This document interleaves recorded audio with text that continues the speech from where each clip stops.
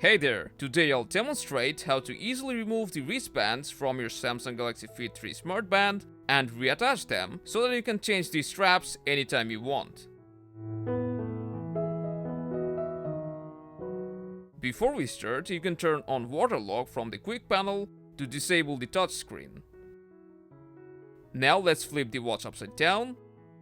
You'll notice two latch releases that looks like buttons which we need to push. Start by lightly pulling on the band, and while you're pulling on it, push the latch release, and as you can see, the straps will come off very smoothly. So let's take out the other one. Pull on the band, then push on the button, and it will pop right out. Then you can change the belts to new ones if you plan on that. Now let's attach them back. After taking out the straps, you may get confused about their orientation, so let me clear that out.